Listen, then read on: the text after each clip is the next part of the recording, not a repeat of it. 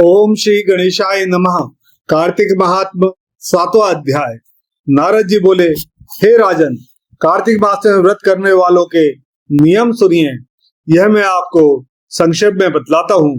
जो मनुष्य कार्तिक मास का व्रत करता हो वह सब तरह के तामसिक भोजन, उड़द, राई, खटाई तथा मादक वस्तुओं का प्रयोग न करे। यह व्रत करने वाला दूसरे का अन्न न ग्रहण करे, किसी से द्वेष न करे तथा तीर्थ के अतिरिक्त अन्य कोई यात्रा न करे। देवता, वेद, ब्राह्मण, गौ, व्रती, नारी, राजा तथा गुरुजनों की निंदा न करे। ये व्रत करने वाला दाल, तिल, पकवान व दान किया हुआ भोजन ग्रहण न करे। निंदा न करे। किसी भी जीव का मांस छूना, पान, कत्था, चूना, नींबू, मसूर, बासी तथा झूठे अन्न का प्रयोग न करे। बकरी, गाय तथा भैंस के अतिरिक्त अन्य किसी पशु का दूध कभी भी प्रयोग में न लावे। तांबे के बर्तन में रखा हुआ पंचगव्य, बहुत छोटे घड़े का पानी एवं केवल अपने लिए ही पका हुआ अन्न प्रयोग करे। कार्तिक मास के व्रती सदा ब्रह्मचर्य से रहें, पृथ्वी पर सोएं और दिन के चौथे पहर में केवल एक बार पत्तल में भोजन करें। व्रती केवल नरक चतुर्दशी को तेल लगा सकता है, अन्य तिथियों में बिल्कुल नहीं।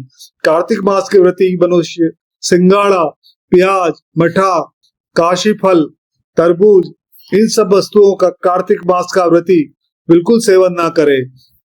मासिक धर्म वाली स्त्री से चांडाल, पापी, ब्राह्मण दोई और नास्तिकों से बिल्कुल बातचीत ना करे।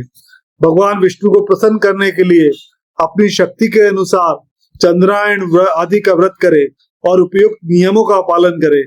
कार्तिक का व्रत करने वाला मनुष्य प्रतिपदा को कुमड़ा, द्वितीया को कटहल, तृतीया को तरुणी स्त्री, चतुर्थी को मूली, पंचमी को बेल, षष्ठी को तरबूज, सप्तमी को आंवला, अष्टमी को नारियल, नवमी को मूली, दसवीं को लौकी, एकादशी को परवल, द्वादशी को बेर, त्रयोदशी को मट्ठा, चतुर्दशी को गाजर तथा पूर्णिमा को ये वस्तुएं प्रयोग न करे। आंवला का प्रयोग रविवार को न करे। व्रती यदि इन शाकों में कोई शाक सेवन करना चाहे तो पहले ब्राह्मणों को देकर खाए। यही विधान माघ के व्रती के लिए भी है। देवउठनी एकादशी में पूर्वोक्त विधि के अनुसार नृत्य, जागरण, गायन, वादन आदि करें। इसको विधिवत करने वाले मनुष्य को देखकर यम के दूत इस प्रकार भाग जाते हैं जैसे सिंह की गर्जना से हाथी भाग जाते हैं। ये कार्तिक मास का व्रत सब व्रतों से श्रेष्ठ है। इसके अतिरिक्त जितने भी व्रत यज्ञ हैं वो 1000 की संख्या में किए जाने पर भी इसकी तुलना नहीं कर सकते, क्योंकि यज्ञ करने वाले मनुष्य तो केवल स्वर्ग में जाते हैं, किंतु कार्तिक मास में व्रत करने वाला प्राणी सीधा वैकुंठ को जाता है। जिस प्रकार राजा की रक्षा उसके अंगरक्षक करते हैं, उसी तरह कार्तिक मास के व्रत करने वालों की रक्षा भगवान विष्णु की आज्ञा से इंद्र आदि देवता करते हैं। कार्तिक मास का व्रत करने वाला मनुष्य जहाँ कहीं भी रहता है वहीं पर उसकी पूजा होती है, उसका यश होता है। उस स्थान पर जहाँ की वो रहता है वहाँ भूत, पिशाच आदि कोई भी नहीं रहने पाते। विधि सहित कार्तिक मास का व्रत करने वाले मनुष्यों के पुण्यों का वर्णन भी ब्रह्मा जी भी नहीं कर सकते।